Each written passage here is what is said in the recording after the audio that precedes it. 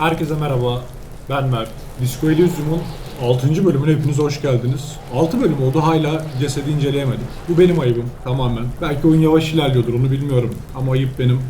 Bir dedektif olarak 3 gündür burada olabilirim. Hala cesede bakmamış olabilirim ama biz oynayalı hala cesede bakmadık. Bunun hemen üstesinden geliyoruz. Bu bölümde cesedi tamamen ortadan kaldırıyoruz. Biraz uzaklaştım oyundan. Anomaly Agent girdi biliyorsunuz araya. Onu da buradan ulaşabilirsiniz. Çok güzel ilerliyor da. Şu an 2 tane oyun serimiz var. Anomaly Agent, Disco Elysium. Kendimle sohbet var. Heyecanlıyım. Kanal büyüyor.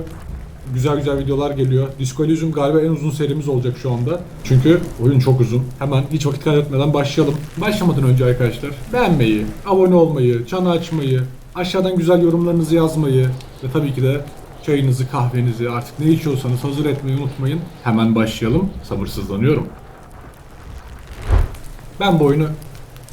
Saçıma ne oldu öyle ya? Hemen saçımı düzeltiyorum. Nice. Ben bu oyunu özledim.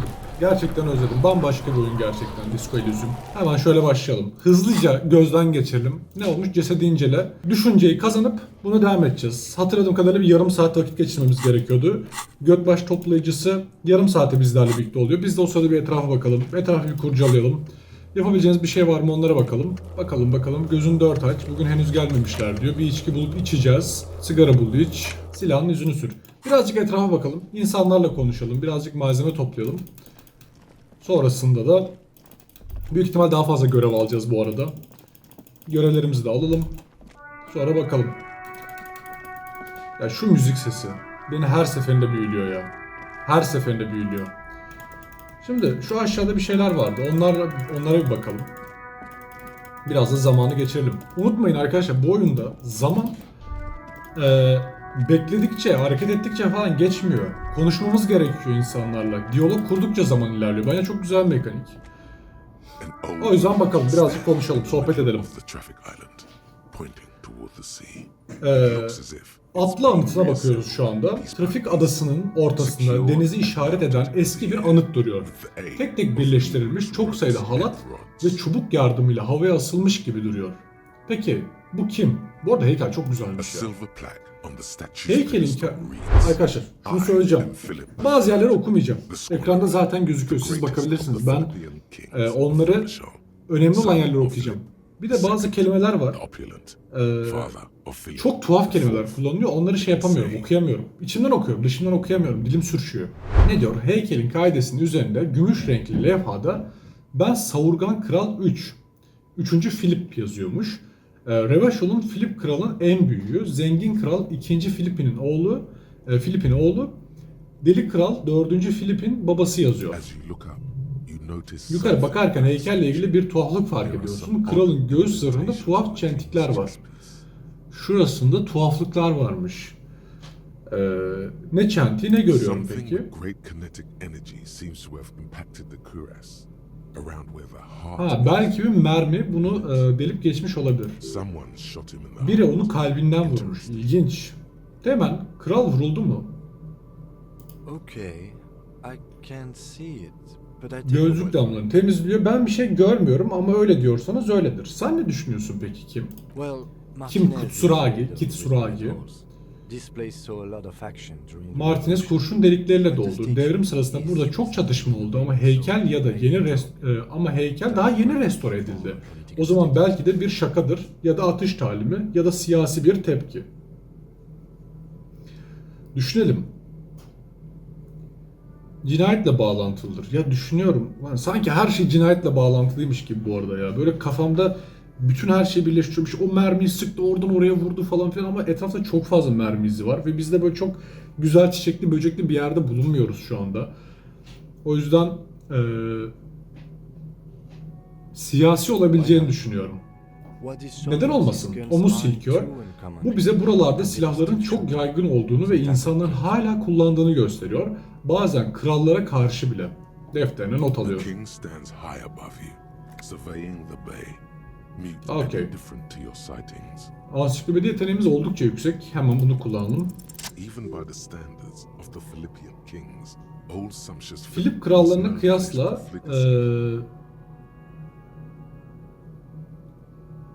Filip krallarına kıyasla bile şatafatlı ihtiyar Filip savurganlığı ile ünlüydü. Nasıl bir savurganlığı vardı peki? Bütün hazineyi tüketti.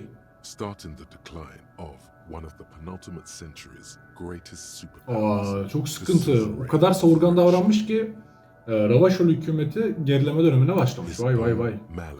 Kötü yönetimi, yeni yüzyıl devrimi sırasında monarşinin çöküşüne sebep oldu. Ve insilin de isolasında soyunun ve monarşinin sonunu getirdi. Öğrenelim bakalım. Mesela bir devletin bütün hazinesi nasıl sona eriyor, nasıl bunu tüketmeyi başarılabiliyor, nasıl böyle bir şey mümkün olabilir? Akıl alır gibi değil. Anlatılanlara göre yatak odasını hazine odasına çevirmiş ve içine akıl almaz değerde bu ne be? İşte bu yüzden ses okumuyorum. Siz okuyorsunuz şu anda. Kuru gedanlar, altın külçeleri, değerli taşlar bezenmiş silahlar, zırhlar ve kadehler yerleştirilmiş. Mesela bunun ne olduğunu şu an çok merak ediyorum. Hemen bunu bir araştırıp geliyorum. Evet, bunu araştırdım. Bir madeni paraymış. Zaten şu an ekranda görüyorsunuz paraları. Açıklaması İngilizceydi. Ben onu Türkçe'ye çevirip buraya koymuşumdur. Bunu hani bilerek mi seçtiler ya da sadece ismini mi kullanmak istediler onu bilmiyorum. Ama baktığımız zaman hani böyle metal paralar ve külçeler, değerli taşlarla bezenmiş silahlar, zırhlar ve kadehler yerleştirilmiş bu odaya. Onu anlıyoruz. Adını Sol Aron koydu. Çok aşırıya kaçmıştı. İnsanlar normal bir yatak yerine şişman bir ejderha gibi altına batırılmış tüllerden yapımı bir yatağa yattığını söylüyorlardı. Yani tamamen itibarını belki göstermek için bunları çok lüks kullanarak aslında harcamış. Kral kraldır, canı ne isterse yapar. Cidden bu gerçek olamaz. Acınası saçma bir eser. Her şeyin boka sarmasına şaşırmamalı. Cidden mi? Bu gerçek olamaz demek istiyorum. Dahası da var. Ha, okey. Neyden diyorum. Okumadık burayı bilmiyoruz. Bizim haberimiz yok böyle şeylerden. Bizim ihtiyar Filip'in tek yaptığı devlet hazinesini altın ve tören silahlarıyla ziyan etmek değildir. Aynı zamanda şaşılacak derecede burun şekeri çekiyordu diyor. Elektrokimya hemen devreye giriyor ama öyle herhangi bir burun şekeri değil. Filip dönemi kraliyet mallarından bahsediyoruz. Söylenene göre şu sıralar sokaktaki mallardan 2 kat etkiliymiş. Ha bir de mormuş. O dönemlerde bu şeker mor renkli oluyormuş. Bunu sindirmek gerçekten zor. Bu kadar saçma sapan şeyler olmaz ya. Yüce diyarlarla bağlantı kurmasına yardımcı olduğu söylüyordu. Vay vay vay vay vay. Peki şu an mezarı nerede? Devrimciler kraliyet mozelesini boşalttıktan sonra bedenini Insulite koyunda soğuk sularına attılar. Heykele ne oldu? Orijinal eser komüncüler tarafından patlatıldı. Ardından yeni yüzyıl devrimi sırasında koalisyon hava gemileri çıkarma yaparken yine hasar gördü. Martinez yerle bir edilmiş. Tamam, o dönemde büyük ihtimalle bu şahı eser hasar görmüş olabilir. Çoğu tarihçi koalisyonun bu aceleci çıkarmasının heykeli kurtardığını düşünüyor. Komüncülerin daha çok zamanı olsa heykeli daha küçük parçalara ayırırlardı. Peki bunu kim restore etti? Birkaç sene önce bir grup sanatsal eğitimli, çoğunlukla tasarımcı, liberal, şehrin en fakir bölgesinde Ravaşol'un en savurgan liderinin heykelini restore etmenin ironik olacağını düşündü. Heykelin patlatıldığı alanı yansıtması amaçlanılmıştı. Zamanda donmuş bir an gibi, kehribara hapsolmuş, Bok denizi üzerinde süzülen nadir bir kelebek misali. Bu çok kötü bir fikir. Sanattan hiç anlamıyorum. Dahice, hem komik hem nihilist. Dahice. Martinez halkı aynı fikirde değil. Genç ironicilerden daha ince sosyal farkındalıklara sahip saygıdeğer pek çok eleştirmen ve düşünce önderi de aynı şekilde. Eleştirmenler olaya yanlış bakıyor olabilirler. Burada ironiden çok daha fazlası var. Ama ne olduğunu çıkaramıyorsun. Belki bu sanat gizemi daha sonra çözülür. Kavramlaştırma yeteneğimiz bir şeyler düşünüyor. Bir tecrübe, 5 puan tecrübe kazandık, çok güzel. Atlanta bizimle konuşuyor. Ancak savurgan kral 3. Filip'in bronz yükü göklerde ölümünün ardından Ancak savurgan kral 3. Filip'in bronz yüzü göklerde ölümünün ardından ayak takımının onun hakkında ne düşündüğünü umursamıyor. Zaten yaşarken de umursamıyor. Doğru. Bitirelim. Güzeldi, gayet güzeldi. Bakalım kavramsallaştırma. 20 dakika, 10 dakika boyunca konuşmuşuz. Çok yani, çok güzel. Hanımefendi, siz bizimle hala konuşuyor musunuz peki? Bir önceki bölümde Böyle yaptık. Hiçbir The woman ses soluk still yoktu. has her no response. Wherever, no response. No response. Hala bir cevap yok. Tamam. No response. No response. Okey. Buralarda konuşmadığımız biri var mı? Ben şu an kafa tasçıyla konuşmak istemiyorum. Buradakilerle konuştuk. Şu abiyle konuştuk. Ne deniyordu buna ya? Şeyle konuştuk. Irkçı abiyle konuştuk. Tamam. Size bir önceki bölümde, hatta 2 bölüm önce de bahsettim. Sonra geçen bölümde de bahsettim. Yani 4'te 5'te bahsettiğim bir şey var. Arkadaşım bana göstermişti ama emin olamamıştım demiştim. Hatırlıyor musunuz? Şimdi burada ilginç bir detay var oyunla alakalı. Bu arada oyun bittiği zaman, yani oyunlar bittiği zaman şöyle bir şey yapmayı planlıyorum. Oyunlar hakkındaki genel düşüncelerimi, fikirlerimi güzel bir kurguyla size sunup ben bu oyundan bunları düşündüm. Atıyorum Animal Agent'tan bunu düşündüm. Bunları çıkardım. Böyle detaylar var. Bunlara dikkat çekiyor gibi. Hani hem internetten bulduğum, gördüğüm hem benim dikkat ettiğim yorumlarımı size iletmeyi düşünüyorum. Dizi film yorumculuğu gibi biraz da oyun yorumculuğu. Şimdi burada güzel bir Kuno görüyoruz arkadaşlar. Kuno çok güzel bir karakter. Benim çok sevdiğim bir karakter. Kişi olarak değil ama hani oyunda bağ kurduğum zaman sevdiğim bir karakter değil. Ama tasarımsal olarak çok sivri bir karakter. Kuno'nun tasarımını görüyorsunuz burada. Bence çok şık, çok güzel. Böyle dişlek falan filan hani böyle kafayı bulmuş bir herif. Ama aynı zamanda bizim bir tane yeteneğimiz var. Bu yeteneğimizin ismi de ilkel içgüdü.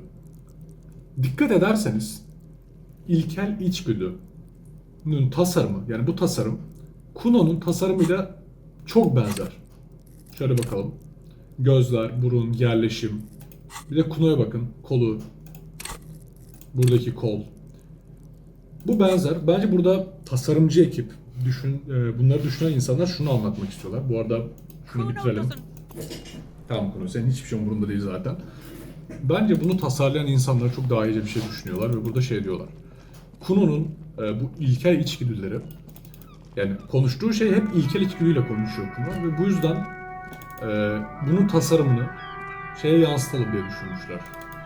Neydi onun ismi? Yeteneklerimizden birine yerleştirelim diye düşünmüşler. Bu kitabın kapağında bir gül, bir tabanca ve yarı çıplak bir kadın var. Ne düşünüyoruz? Erotik romana benziyor ama içinde erotizm yok. Tamam, şunları da inceleyelim. Çok yaklaştık. Kapakta alevlerin arasında duran son derece kaslı bir adam var. Hetty ile ilgili bir kitap. Bu kitap konusunu pek anlamadım. Zaten önemli bir şeye de benzemiyor.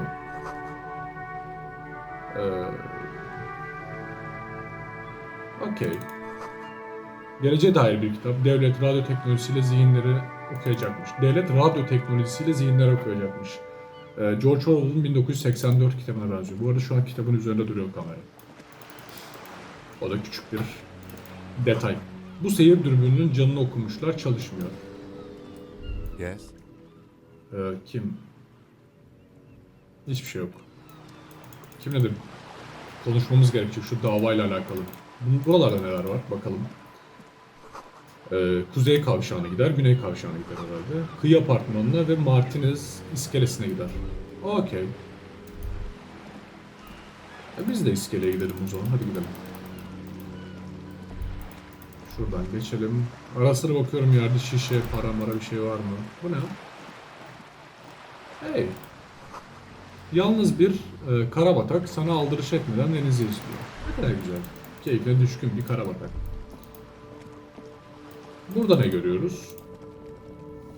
Hemen This analiz is a edelim. wall on the side of an apartment building.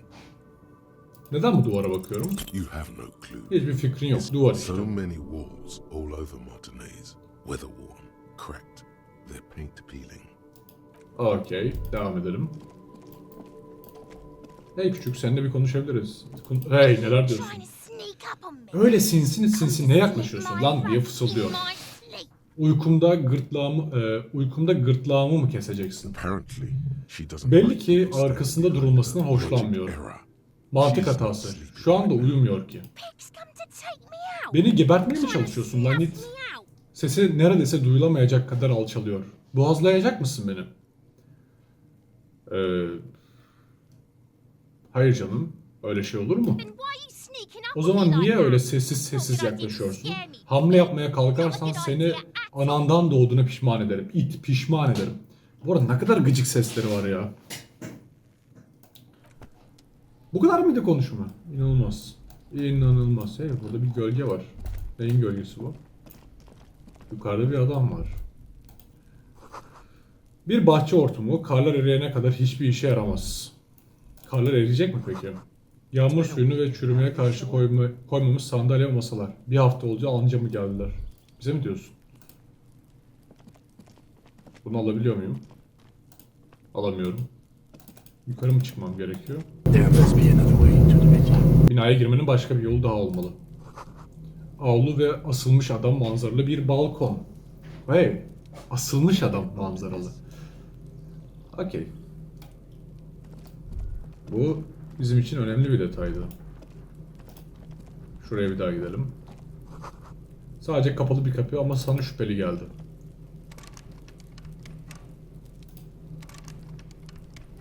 Okey, burayı açamıyoruz. Ne kadar zamanımız kaldı ya? Tamam. 16 dakikamız daha var. 16 dakika biter bitmez hemen koşacağım şeye. Okey. Burada birisi var. Bir onunla konuşalım. Hayatım boyunca çalışsam bile böyle bir şey alamazsın. Çok teşekkür ederim ya. Mavi. Kim dedin sen bana? Mavi dedi bana. Zeka. Zekamız bizden yana olması gerekmiyor mu ya? Ama mantıklı düşünüyor işte. Öyle bir şey var. Siz kimsiniz peki? A Merhaba. striking woman leans against the cabin top. Joyce Messier. Dikkat çekici bir kadın. Yelkeninin kamerasına yaslanıp sen yaklaşırken gülümsüyor. Yeşil yağmurluğu damlalarla parlıyor.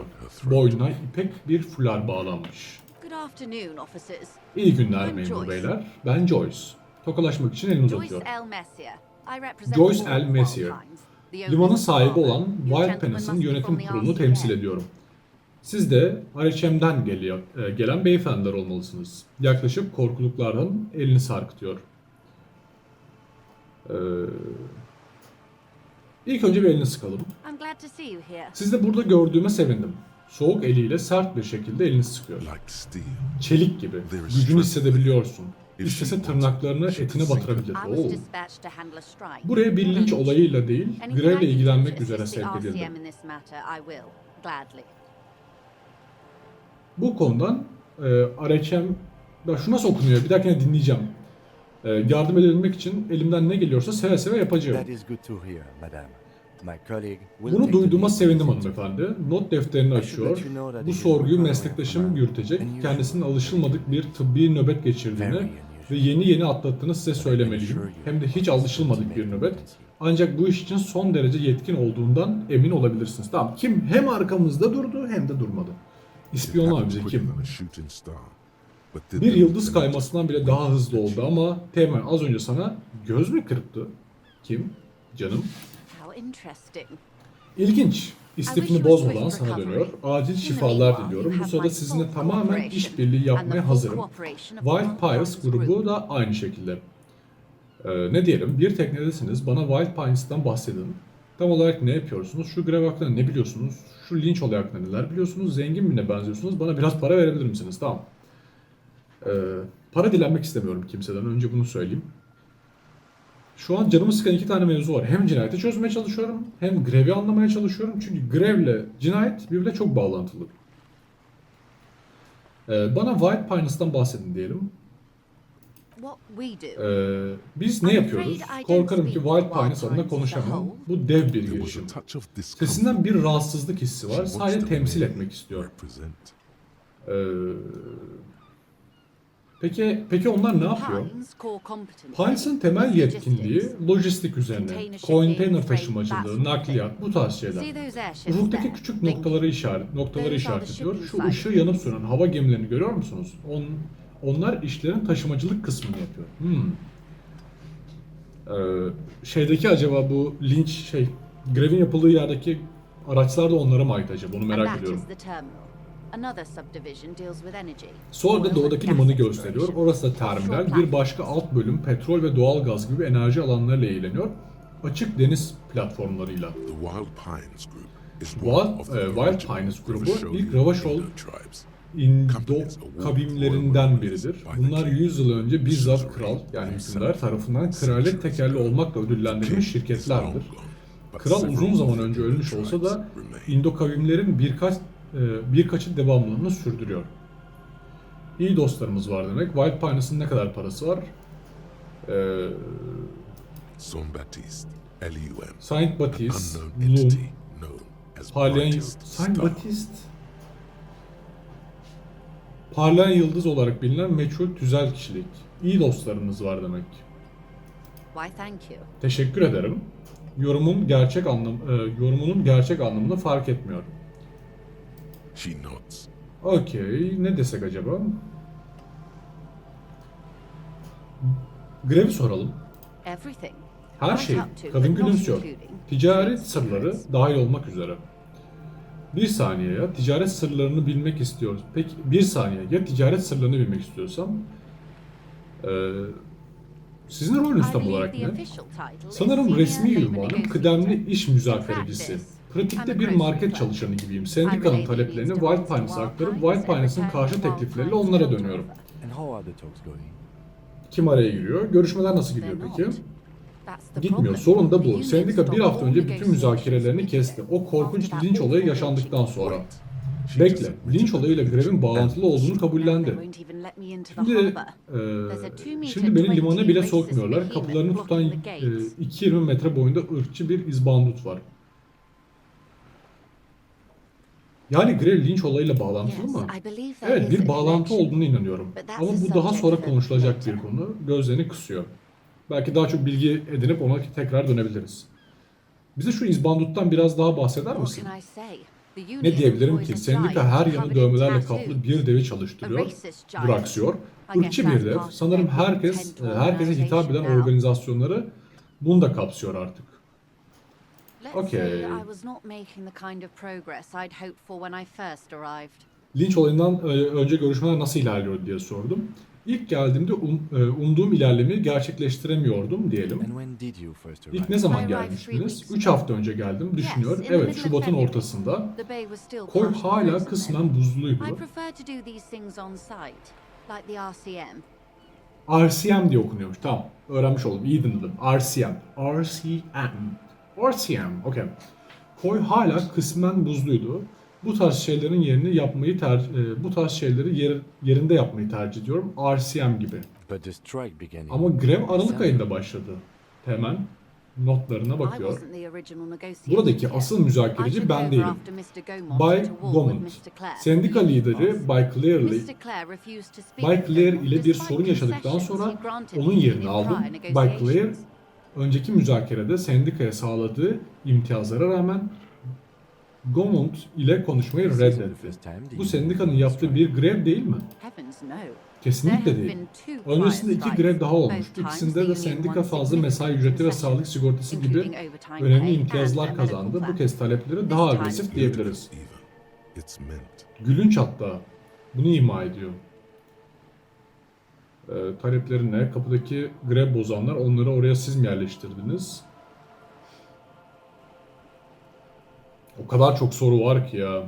Talepleri There ne are diyelim? leaflets everywhere. Her yerde And broşürler ve afişler what do var. they Ne say yazıyordu? again? Aa Every evet. worker, a member Her of işçi the yönetim board. kurulunun üyesidir. Most of the workers İşçilerin çoğu probably muhtemelen don't bunun know ne what anlama that geldiğini means. bilmiyordur. Olabilir. Aşırı agresif komünist yaklaşım. Görünüşe göre işletmeden hiç anlamıyorlar. In Evet. its defense, another Gerçi bir said başka demands sloganda democracy. demokrasi isteyin diyorlar. Her işçi yönetim kurulunun üyesidir sloganıyla karşılaştırıldığında oldukça yumuşak bir slogan.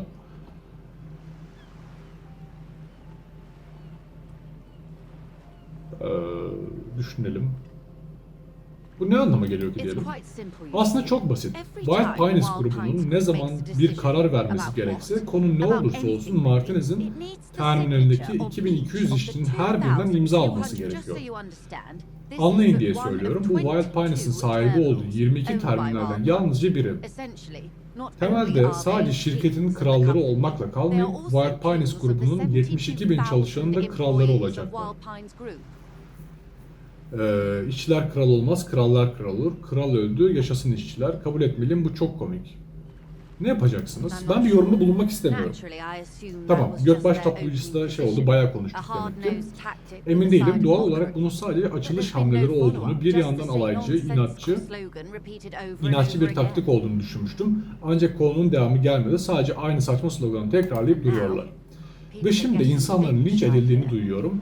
Walling in Rocks'ın arkasında böyle korkunç bir olay görülmemiş.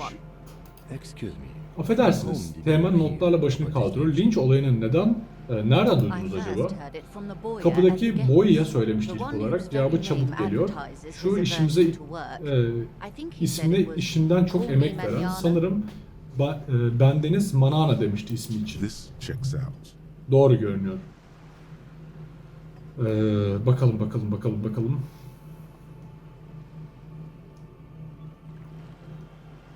Kapıdaki grev bozanlar, onları da oraya siz mi yerleştirdiniz? Bay Clare'dan bahsedelim. Everard Clare son derece namuslu bir adamdır. Onunla ilgili bir şey söyleyecek olsam bu, her zaman öncelikle işçilerin menfaatini düşündüğü olurdu. Gerçekten mi? Tabii ki hayır. Everard olağanüstü derecede yozlaşmış biridir.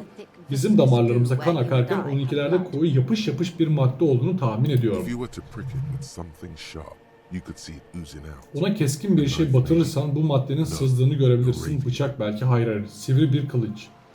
Sanki elinizde kılıçla adamın kapısına dayanacak gibi konuşuyorsunuz. O kadar kötü biri mi? Bu kadar kötü biri olamaz. Bir şey deme. Sanki elinize kılıçla adamın kapısına dayanacak gibi konuşuyorsunuz dedim. Ağzınızdan geri alsın. Ve çeviriler muhteşem bu arada, yani lokalizasyon inanılmaz güzel. Biz yeterince iyi anlaşıyoruz, ancak siz şimdi öyle deyince o pekmez gibi akan siyah maddeyi düşünmeden edemiyorum. Gıdısından aktığını, durup gülümsüyor. O kadar kötü biri mi? Gördüğüm en yozlaşmış insan o. Bir de benim işim onun gibilerle ilgilenmek, rüşvet almak ve ıslah edilemeyecek düzeyde adam kayırmakta ondan daha beteri varsa o da ikizi Edgar'dır. Bir saniye, ondan 2 tane mi var? Evet. Edgar tıpkı kardeşine benziyor. Tek fark tembel gözü. Ayrıca tıpkı Everard gibi konuşuyor ve başkan olarak birinin dönemi bittiğinde yerine diğeri geçiyor. Dönem sınırlarının açtığı bu şekilde açığı bu şekilde mi kullanılıyor? Anlayacağımız kaşla göz arasında yer değiştirerek bu sırada görevdeyken kimlerin ne kadar fazla işçi ücretini zimmetlerine geçirirler.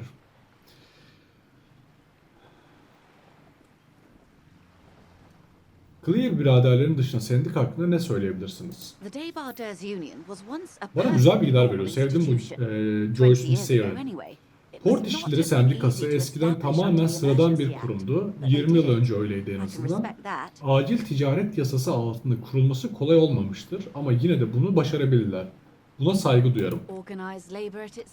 Özetle en yüksek standartta sendikalaşmış iş gücü anlayacağınız, ama sonra yerel kurul seçimlerinden bir şey oldu. Clear biraderler geldi ve sendikayı çevirdiler. Ne diyordu ona? Tereddüt edip doğru ifadeyi arıyor. Mafyaya. Teğmen kısa ve öz bir şekilde açıklıyor. Port işçileri bir suç örgütü. Her ne kadar üzücü olsa da onlarla işbirliği yapmak zorunda kalacağız diye düşünüyorum. Dürüstlüğünüz insanı rahatlatıyor Memur Bey. Kadın başıyla onaylıyor. Şirket geçmişte ortalığı yetiştirmeyi denedi ama korkarım ki sağladığımız imtiyazlar Everard ve kardeşini cesaretlendirmekten başka bir işe yaramadı. Sana dönüyor. Siz ne düşünüyorsunuz dedektif? Sormamda sakınca yoksa anlayacağınız meraklı ve konuşkan biriyim diye kendini açıklıyor. Port işçileri sendikası hakkında ne diyebilirsiniz? Şimdi ne diyebiliriz? Bölgedeki işçilerin haklarını etkili bir şekilde savunan bir kurum. Röveşol'un kanını emen dev bir sülük. Kısacası sosyalist bir mafya onlar. Bu tarz konularla fikir sahibi olmamayı tercih ediyorum. Şimdi düşünüyorum. Aslında fikir sunabilirim. Fikir beyan edebilirim. Çünkü bize çok fazla şey anlatıyor. O bize çok şey anlatıyorsa biz de ona çok şey anlatmamız lazım. Yani sadece o konuşsun, biz dinleyelim gibi bir şeye gitmek istemiyorum. Ama bu konularda fikir sahibi olarak da aslında belki de elimizdeki bilgileri onlara veriyor olabiliriz. Ve bizi yönlü olarak sayıyor olabilir. Şimdi kadın bunları sevmiyor çok fazla. Orada çalışıyor ama çok fazla sevmiyor. Böyle beğendiği kişiler değil. Şimdi kim de mafya diyor, biz de aynı şeyi söylüyorum. Kısacası sosyalist bir mafya onlar. Samimi olduğunuz için teşekkürler diyerek basıyla onaylıyor. Maalesef White Pines bir suç örgütünden farkı olmayan bir kurumla 20 yıldır işbirliği içinde yüzünü bulan aslarını da istiyor. Okey. Bay Clare'dan bahsettik. Gamont'a ne oldu peki diğer adama? Bay Clare kendisine dedi, neydi, kendini toparlamak için duraksıyor. Sektir git cüce. Gamont'un boyu kısadır da. Tamam. Tamam o zaman. İyiymiş, iyi değilmiş. Evet, Keep in mind, kendisinin Bay this is a Claire ile daha önce negotiator. birlikte Mr. Clare çalışmış has ve worked hem with before. Claire'e hem de He sendikaya was more than fazlasıyla iyi fair with him davranmış. and the Bir, union. bir müzakereci olduğunu da aklınızda bulundurun. Okey, bakalım. Peki, kapıdaki grev bozanlar. Onları oraya siz mi The yerleştirdiniz? scabs. Grev bozanlar mı? You mean Kaşını the huddled kaldırıyor. masses Sendika of Jamrock reddederken come iş to istemeye plead for gelmiş work while the union Jamrock'lardan oluşan refuses to? kalabalıktan mı Don't let her bahsediyorsunuz? answer it herself. Kendisini yanıtlamasına izin verme. Hayır, grev bozanlardan bahsediyorum. Grev kırıcı diyelim. Onları oraya siz yerleştirdiniz değil mi? Haklısınız, neyin var bilmiyorum. Hayır, grev bozanlardan bahsediyorum. If these Bu workers işler Wild were Pines veya organized by bağlı Wild şirketleri Pines or tarafından its organize affiliates, edilmiş then olsa it would bu be a bir company bu bir secret. şirket sırrı I could not olurdu. share it with you. Bunu sizinle paylaşamazdım en Yes, azından It's şimdi. implied. She's open to discussing this matter with Okey, you çok güzel. at a Seninle later bu konuyu daha occasion. sonra konuşmaya açık olduğunu ima ediyor. Konuşacak çok konu var ya. Bir şey daha soracaktım. Seçimlerde bir şey oldu demiştiniz değil mi? I'm glad you asked. Sorduğunuza sevindim. There was a woman, Bir kadın vardı. the previous Sendikanın eski forewoman of başkanı. the union. Ortadan kayboldu. Nasıl yani? Yes. Kayboldu. On the last day Yerel of the kurul local seçimlerinin son chapter günü kızdan elections, telefon her gelmişti. daughter phoned in Annesinin that she artık wasn't aday running olmadığını anymore ve or bir daha coming to hiç work. işe gelmeyeceğini söylemiş. Ever. O kadar. This forewoman, her name? Şu başkan adı neymiş? Adı ne? Sadly, the Maalesef company şirket records do kayıtlarını not bir even isim give a bile name. şirket kayıtları just bir isim bile forewoman paylaşmıyor. in O sadece private başkan olarak correspondence, geçiyor. Holly. Gizli I don't even yazışmalara know if göre de it's a Holly. sir or given name. Adı mı, And I soyadımı don't bilmiyorum have bile. access to Bir the union's sendikanın files. dosyalarına erişimim de yok ve sendikanın dosyalarına erişimim de yok. Bir çeşit şantaj durumu var muhtemelen. Indeed. The company suspects foul Kesinlikle. play, but there's nothing they Şirket could bir do. It usulsüzlükten was a union şüpheleniyordu matter. ama yapabilecekleri bir şey yoktu. Bu iş sendikayı ilgilendiren bir The point of meseleydi. the presentation is, these Anlatmak kinds of istediğim, things happen eee, around the Clares. Watch Claire'lerin out when you're dealing etrafında with bu him. tarz şeyler olabiliyor. İşiniz ona düşerse dikkatli Thank you olun. for your concern, ma'am. Endişeniz için We'll be just teşekkürler fine. hanımefendi. Hanımefendi böyle mi ayırıyormuş? Hanımefendi. Hanımefendi vay be. Biz başımızın çaresine bakarız. Bilmem gerekenler bu kadar. Konuyu Of değiştirelim. course. How else can I help? Tabii ki eldivenleriyle tuttuğu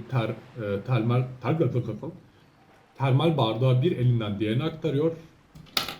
Termal bardağı bir elinden diğerine aktarıyor.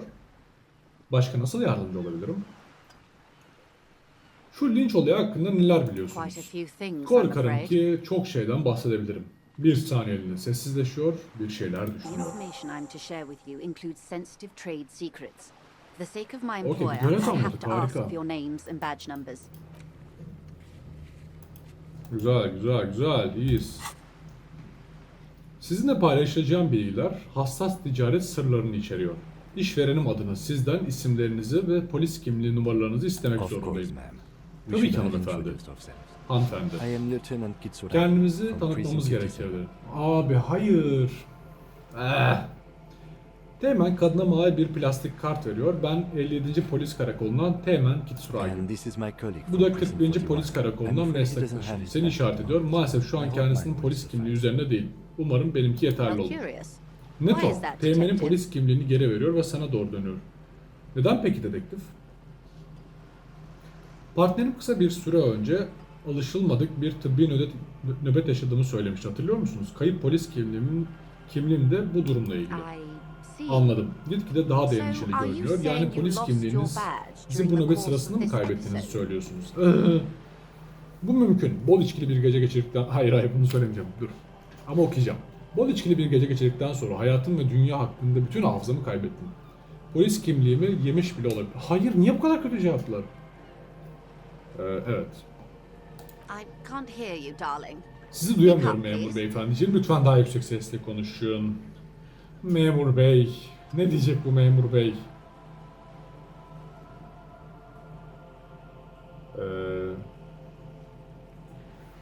Abi bir daha mantıklı ya. Oh dear.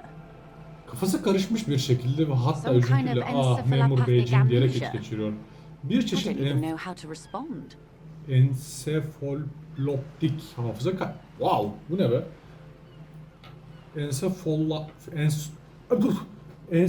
Okuduğumu görüyorum, okuyamıyorum. Sorry. Ensefaloptik hafıza kaybım bu. Ne diyeceğimi bilemiyorum. Bu ne olduğunu ekranda yazıyorum. Ben de şimdi onu araştıracağım. Bakalım bu neymiş. Evet, bilgilenmemiz için buraya yerleştirdim. Genel beyin işlev bozukluğuyla alakalı bir şey. Bir tane de görsel buldum. Onu da buraya falan bir yere yerleştiririm. Tuhaf, yeni şeyler öğreniyoruz. Hafıza kaybı mı bu? Ne diyeceğimi bilemiyorum. Ya Bayan Joyce, ben de ne diyeceğimi bilmiyorum. I do believe you. Her ne I kadar am saflık certainly gibi sad. görünse de size inanıyorum. I simply can't Yalandan imagine böyle what bir you'd gain durumdaymış by gibi yaparak faking elde edebileceğiniz such a bir şey condition. olduğunu As I sanmıyorum. said, man, his Teğmen, technique may be dediğim gibi very hanımefendi, unconventional, diyerek araya giriyorum. but he is an officer Tekniği of the hiç alışılmadık olabilir ama kendisi RCM'in bir polisi. Of course, I sympathize. But I'm afraid I simply can't share Tabii ki anything more anlıyorum until I ancak see that korkarım ki o badge. polis kimliğini görmeden daha fazla bilgi paylaşmayacağım. Tamam, büyük ihtimalle kimliğimizi bulacağız, sonra Joyce'un yanına, dur ne diyor? Joyce'un lince dair bildiklerini öğren. Tamam, böyle yapacağız. Yani biz kimliğimizi bulduktan sonra Joyce'un yanına geleceğiz. Büyük ihtimalle Joyce çok fazla bilgi sahibi. Bilgi sahibi olduğu için de biz aslında sürekli ona gelip bilgilerimizi tazeleyeceğiz, onunla öğreneceğiz. Bizim Wikipedia'mız gibi bir şey olacak büyük ihtimalle Joyce. Ansiklopediye kusura bakmasın lütfen. O baş tacı. Canımız bizim. She's a professional. Bu kadın profesyonel bir müzakereci. İki tarafta da yaratacak, iki tarafa da yaratacak bir çeşit anlaşmaya açık olmalı. Manipülasyonumuz çok düşük ya. Seviyede yükseltemiyorum ki. Manipülasyon nerede burada? Onu da yükseltemiyorum. Yapacak bir şey yok. O halde bir şekilde polis kimliğimi bulacağım. O zamana dek başka bir şey Of konuşalım. course. Tabii. But before we do, officers, Baş baş İstralya'yı kavrayıp sana doğru eğiliyor ama öncesinde sizinle çok açık the konuşayım. situation is Her an extremely bir volatile. olay patlak The sooner verebilir. we can Şu linç speak about olayıyla this ilgili ne kadar business, erken the konuşabilirsek better for hepimiz all için of o us. kadar iyi olur. Tamam, bir an önce bulmamız gerekiyor. Söz veriyorum. Bir tek ne deseniz. Why, yes I am. Evet, öyleyim. Ayakları altındaki güverteye bakıyor. Üstünde yeşil ve beyaz yelkenler dalgalanıyor. Of course there are. We're on an Etrafta pek archipelago. fazla How tekne else yok are değil you mi? supposed to get around? Tabii ki var. Etrafına bakıyor. Bir takım adadayız. Tekne olmadan nasıl bir yerden bir yere gideceğiz? Nasıl yani, takım I adı mı? mean, we are on Yani the Caillou, are we Lekulyon'dayız not? değil mi? Kaşını kaldırıyor. Aslında komşusu. Of! Nasıl okuyacağım?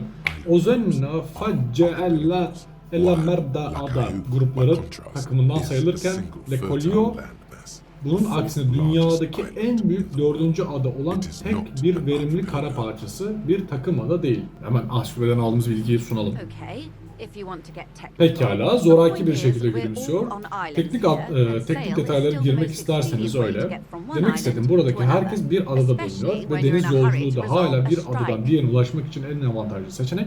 Özellikle de bir grev sorununu çözmek için aceleniz varsa, gerçekten çok var. Yine de buralarda tekne kullanan başkasını I görmedim. haven't seen anyone else drive a souped-up Capri Kenema motor carriage either. Ben de geliştirilmiş bir Cupris Kinema model otomobili süren başka birini görmedim. Yani bizim arabalardan süren başka birini görmedim Actually, diyor.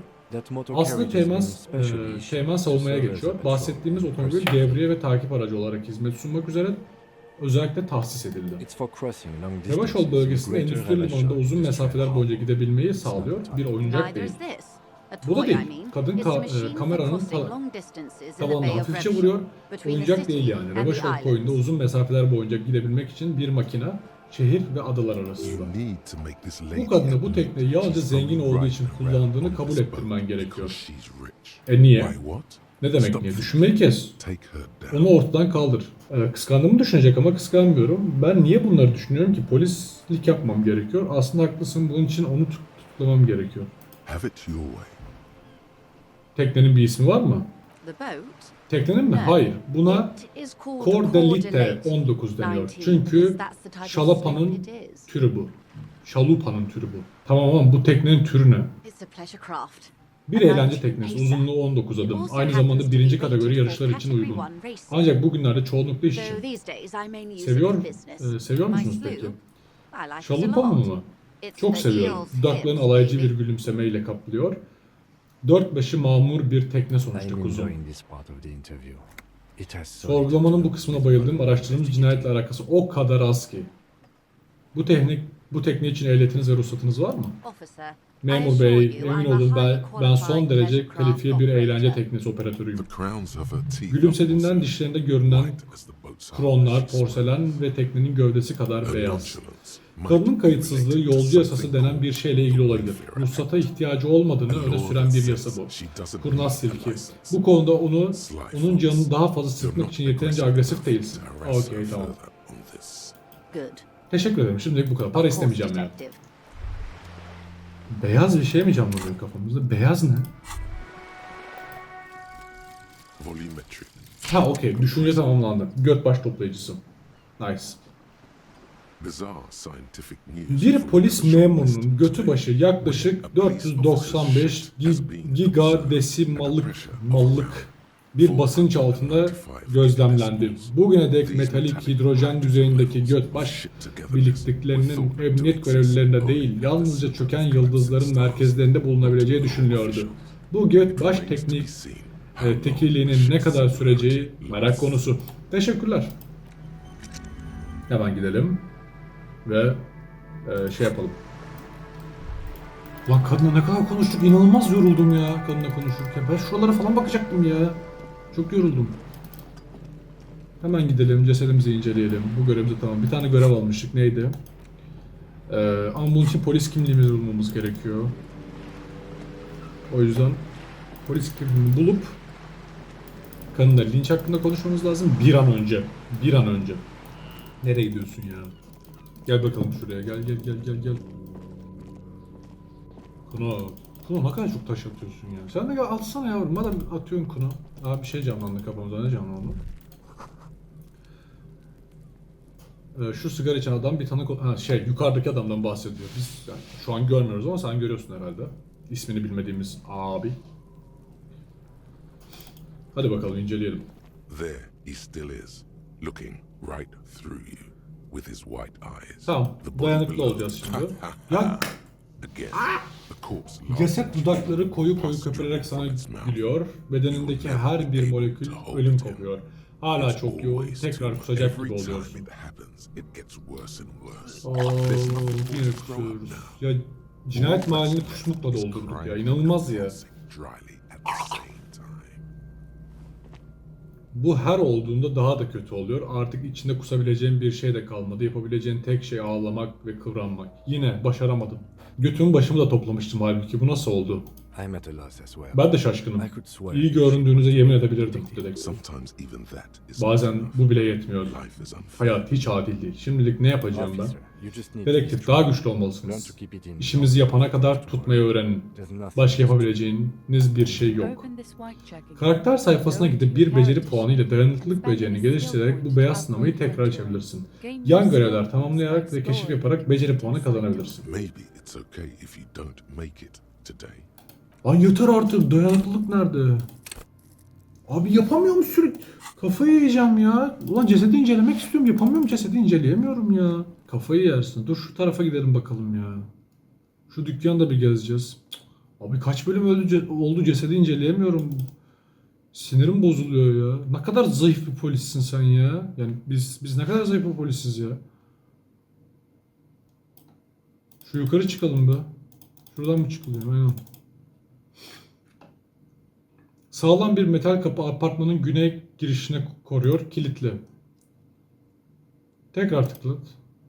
Kapı tekrar zıngırdıyor ancak bu kez içeriden yaşlı bir kadının seslendiğini duyuyorsun. Kapıyı çalmayı bırak, içeriye bir yabancı daha almıyorum. Bir saniye kiminle konuşuyorum? Ben polisim, kapıyı açın. Polis mi? Herkes polisin buraya gelmediğini bilir. Koridora kıkırtısı yayılıyor. Ama ben şaka yapmıyorum. Ha, bunu da kazandık. Evden uzakta yapayalnız. Hayır söyledim sana, binayı daha fazla yabancı alamam. Sonra benim başım patlayacak.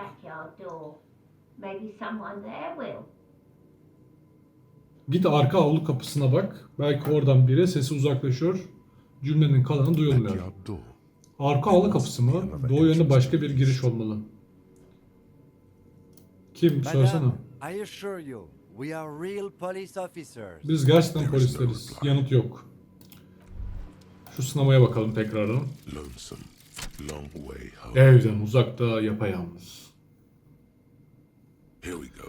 Home Hadi waits. bakalım. Evin seni bekliyor. 41. polis karakolunu geçtikten sonra çarşıdan devam et. Past the Boogie Bogi Street Caddesi'ni station geçerek to gölün the diğer other side yakasına, of the semtin lane. merkezindeki The donuk frozen eye at the göze center of the ulaş. district. Sonra da köşedeki video kiralama dükkanını gez, çam ağaçlarıyla bezeli bir sokağın sonuna geleceksin. İşte orada kibrit kutusu kadar bir evi olacak. A small Voyager house, yolu no No 11. larger Voyager yolu ne than kadar güzel bir yol express. ismi. 11 Artık orada yaşamıyorsun. O günler ve o insanlar geride kaldı. Neden buraya geldin? Neden hala buradasın? Ayrıca o kişi nerede? İşe dönmelisin. Elinde sadece bu kaldı. Okey. Okey. Senle konuşabiliyor muyuz peki buradan? Konuşabiliyoruz. Sokaklar tekrar kırmızıya boyanacak. Esperance sokağında gürleyerek gelen büyük bir akıntı. Bekle ve gör. Kız iskeledeki yelkenliğe dik dik The bakıyor. streets will not flow red with anything. Who are you? Sokakların kırmızıya boyanacağı falan yok. Siz kimsiniz? Ben kuru kafa Cindy aslanım. Başka ne bilmek istersin?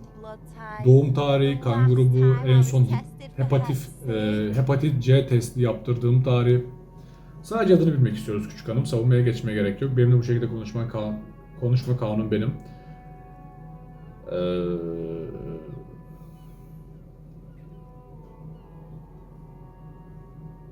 Kanun benim. Yürü git it ederiz. Bu insanlar böyle konuşamayacağız belli ki ya. A brush, an artist. Fırça demek. Sanatçı mı? Kırmızı sıçratmalar kentsel dışa vuruculuk örneği mi? Yana bakıp duruyorsun. Neye bakıyorsun? Duvara ne yapıyorsun? Yakın zamanda yaşanan cinayet olayı hakkında bir şey biliyor musun? Neye bakıyorsun? Duvara ne yapıyorsun diyelim. Anlayamadın mı? Güzel bir duvar resmi yapıyorum. Alçak yörüngeden görülebilen bir aerografiti. Daha başlamadım. Doğru kelimeleri bulmayı bekliyor. Birden düşünceli bir şekilde duvarı incelemeye başlıyor. Yani ne yazacağını bilmiyor musun? Binaya zarar vermen... Ne yazacağını bilmiyor musun diyelim. Sen grafiti yapmayı denedin mi hiç? Boş bir duvarı bulunca çoğu insan evinize dönüp polikler ve Mano Burada'ydı gibi pek yaratıcı olmayan şeyler yazıyor. Buralarda politleri pek görmeyiz ama sadece sendikalardan herifler var. Bir de benim adım Mono değil yani. Buna bayıldım diyelim. Teşekkürler. Şimdi RCM'in resmi olayını aldığıma göre ilham da gelecektir She eminim. means the opposite. Tam tersini kastediyor. Neye bakıyorsun bakayım sen? Lieutenant is desperately Kıyıya searching doğru dönüp for teknesinde another bakım yapan handkerchief. Joyce'a doğru başını küçümseyerek sallıyor. Disgust. Nefret mi, tiksinti mi, çocuksu yüz hatlarında bunlardan hangisinin daha baskın olduğunu söylemek zor. Teknedeki kadın kızın bakışını fark etmiyor. Kız tıslıyor. Şu ozonlu... Okey. Joyce'a mı? Hemen yakın arkadaş olmuşsunuz bakıyorum öyle mi? Köpekçik yükselişte. Neden bu tavırlar? Yok ya ben de sevmiyorum onu. Neden bu tavırlar? Yanlış dedim. Olsun diyelim. Onu da demek istiyorum fark etmez. Cinayetle alakalı bir şey biliyor musun? Ben kimseyi gammazlamam Polit.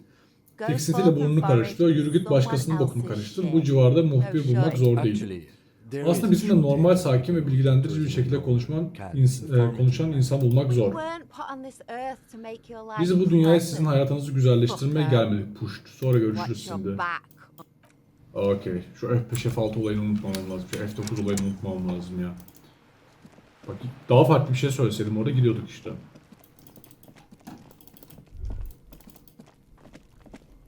Sizinle bir konuşabilir miyim? You see a young man on Balkonda tüttüren eleman. a cigarette. Balkonda sigara içen genç bir adam görüyorsun. Gözleri bir süredir sizin üzerinizde. Alçak sesle belamı aramıyorum memur bey diyor. Soğuğa rağmen üstünde düğmeleri bile iliklenmemiş bir gömlek It's var. the voice of someone Tam da bir şeyler who suffers saklayan biri a gibi hide konuşuyor. by lead. Efendimiz. Sakladığım bir şeyim var. Biliyorsan söyle, polisim ben. Benden bela gelmez. Sadece burada neler olduğunu öğrenmek istiyorum. Çok genç adam. Bela kapına geldi. Benden bela gelmez. Sakıncası yoksa jandarmeriye ile konuşurken görülmek istemiyorum. Sadece sigaramı Don't bitirmek let him istiyorum. go. Gitmesine izin verme. Aradığın tanık bu olabilir. Balkon tam olayın yaşadığı yere bakıyor. Aslında bizimle gerçekten konuşman gerekiyor. O kadar mı önemli diye soruyor gömleğini düzeltirken. Ürkek bir kedi gibi etraftaki pencerelere kaçamak bakışları atıp duruyor. Pekala ama çabuk ol. Sigaram bitince gitmem lazım. Bakıyorum da Willing avlusunu rahatça görünüyor buradan. Asılmayla ilgili bir şey söyleyebileceğim bir şey var mı? Hatta biraz fazla rahat görünüyor diyebilirim. Do you daha have an estimate of when the body will be taken away? ceset ne zaman götürülür? Bir zaman verebiliyor musun? We will remove the body En kısa as zamanda soon as oradan possible. kaldıracağız. Şimdi söyleyin. Now tell us. Geçen pazar neredeydiniz? Ha? Sigarasını You ağır asked ağır me that, sallıyor. didn't you? Bunu bana zaten sormamış mıydınız? Wait. Dur Is someone biraz. else Yoksa başka biri de mi linç olayını araştırıyor? Sordun mu? Sen mi sordun? Sordun No, mu? not you. Hayır sen değil. Someone must Olduğu have- yere oynuyor. Daha kaslı And biri. when did you speak to Peki bu this kaslı man? beyefendi ne zaman Mr. konuştunuz? Gentleman. Teğmen mavi not defterini çıkarıyor, bir şeyler yazıyor. Geçen hafta mıydı bilmiyorum. Bakın tekrar avluya bakıyor. Avludaki oturakları ve solmuş ev bitkilerinin üstü kar kaplı. Çevredeki bütün camları kapkara. A downy blanket of white Ortamın to cover up the misery. acınası sefaletini yumuşak bir kar tabakası örtüyor. Soruya cevap vermediniz. Geçen pazar günü nerede? Ne yapıyordunuz? İç çekiyor. Bir arkadaşım gelmiş. Nasıl bir Who's my arkadaş? Sunday friend? Benim pazar günü dostumdu. A Sunday friend Bir pazar günü dostum. Ne kadar ilginç. Arkadaşının gerçek ismini, o bir şey gördü mü? doesn't Cevap require vermiyor. Sigarasıyla hayır işareti yapıyor. Gri gökyüzünün altında kar taneleri etraftaki pencerelerin ışıklarında birikmeye devam ediyor. Bana ismini söyler misin? İsmim My ne? name is Martin. Martin Martinez. That's definitely Bu kesinlikle onun gerçek ismi değil. name. İsmi Martin Martinez değil mi? No, of course not. Hayır tabii ki değil. Sesini biraz alçaltır mısın lütfen? Avluyu inceliyor. Bir kuyunun dibi ne kadar sessiz ve bir kuyunun dibi gibi sessiz ve her ses geri yankılanıyor. No. Hayır, konuşamayız. Sigarasından son bir fırt daha çekiyor ve balkonun karlı zemininde söndürüyor. Sönerken Now, tıslıyor. if you'll excuse me, Şimdi I müsaade really ederseniz gerçekten gitmem gerekiyor. Onu kalmaya ikna et. Yapacak bir şey yok. Time to bring out your secret child. The tears and Gizli cazibeni meydana çıkarma vakti geldi. Gözyaşları ve yalvarışlar, ona duygusal tavrını göster ve bir köpek gibi onun ayaklarına kapan. Benden ne istiyorsun? Ağlarını mı istiyorsun? Lütfen gitme. İçmeyi bırakacağım, çöpleri atacağım. Lütfen beni bırakma. No, for God's sake, I Yok don't artık, want you to ağlamanı cry. istemiyorum. Hayır, hızlıca geri bir adım atıyor, etrafına bakıyor. Rahatsız olduğu Listen, çok I belli. really have to Dinle, go. gerçekten gitmem gerekiyor. Bilek hareketleriyle izmariti parmaklarının üstünden fırlatıyor. there Ah, it goes. ziyan oldu işte. Onda en az bir iki fırt Good luck alabilirdin. with the investigation. Ah be, balkonu tüttüren eleman. Gitme be. Acaba mesela gitmesine engel olabilir miydik? Üst kata çıkıyor. Devam et. He's gone. Gitti. Teğmen not defterini bir yerine koyup sana dönüyor. Peşine gidelim mi? Nereye gittiğini No öğrenelim. point in running. Koşmanız bir işe yaramaz. Bu tarz binaların çok sayıda çıkışı oluyor. Eğer bizimle konuşmak istemiyorsa saklanmasını iyi bilir. Pes mi ediyorsunuz? Haklısın. Zaten büyük ihtimalle söyleyecek çok önemli bir şey yoktu. Pes mi He ediyoruz could be yani? a witness. O bir tanık olabilir. Him or his Sunday O friend. veya pazar günü Either dostu. way, Her halükarda need to şu look bizim into that vakamızı underground soruşturan time. kaslı adamı There araştırmalıyız. has to be a way of getting Şey mi? inside the Kafatasçı building. mı acaba? Let's go check Binaya out the girmenin door. bir yolu Here olmalı. we Hadi go. iskelenin yanında bir Once kapı we found the tekrar... way in, we can ask Yanındaki around kapıyı for it. tekrar bir bakalım. İçeriye girmenin bir yolunu bulunca birilerinin nerede oturduğunu sorabiliriz. Süper, hadi yapalım. Bu ne? A stone like any Taş. other, Diğerlerinden lying hiçbir in a farkı world olmayan of bu sleep taş, and sulu mud. kar ve cıvık çamurdan Maybe oluşan balçının there's içinde yatıyor. something under it. Belki de altında bir şey vardır. Altına bak. There's a key beneath it, rusty from the dirt. Altında nemden pas tutmuş bir anahtar var. This must be for Güzel. the front door. Bu giriş kapısı mıdır? Pity Keşke doesn't üstünde have daire your numarası da olsaydı. Binanın bir sürü He's been dairesi in var. hundreds of Bir apartments. sürü daire var. Doğru daireyi nasıl just have bulacağız? to go in İçeri and girip see. bakmamız lazım. Şuradan bir çıkalım. Evet, şöyle bir F5'i atalım. Bitti. Bu bölüm bu kadar. Cesedi hala inceleyemedik, bakın. Bakın, sinirleniyorum. Gerçekten sinirleniyorum. Cesedi hala inceleyemedik. Gerginim. İnanılmaz derecede gerginim. Ama bunu halledeceğiz. Bana güvenin. Polis memuru, dedektif olarak bana güvenmenizi istiyorum. Sorumluluk tamamen bende. O zaman bir sonraki bölümde inşallah cesedi inceleyeceğiz. Anladığımız kadarıyla bu oyun çok detaylı olduğu için, katman katman, marul gibi olduğu için, Can Bonomo ve sevgiler, marul gibi hikaye olduğu için biz bunu halledemeyeceğiz büyük ihtimalle. Kısa bir vadede en azından. Çünkü işte kusuyoruz, bir şeyler oluyor, tecrübe puanı kazanmamız gerekiyor, o yüzden dayanıklılığı açmamız gerekiyor falan filan gibi bir sürü katmanı var. İnsanlarla konuşmamız gerekiyor. Konuştukça tecrübe puanı kazanmalıyız ki bir noktada işte manipülasyonu falan açabilelim. Belki orada adamı ikna edebilecektik mesela. Öyle bir seçenek de var. Orada da dallanıyor, budaklanıyor. O yüzden diğer bölümde devam edeceğiz. Kısa bir süre sonra gelecek diye düşünüyorum diğer bölüm. O zamana kadar beklemede kalın. Anomaly Agent gelecek, kendine sohbet gelecek. Bu oyunun Disco Elysium'un yeni bölümü gelecek. O zamana kadar beklemede kalın. Seviliyorsunuz. Beğenmeyi, abone olmayı, yorumlarınızı yazmayı unutmazsanız çok sevinirim. Bir sonraki bölümde görüşmek üzere. Kendinize çok dikkat edin. Seviliyorsunuz dostlar tekrardan. Bay bay.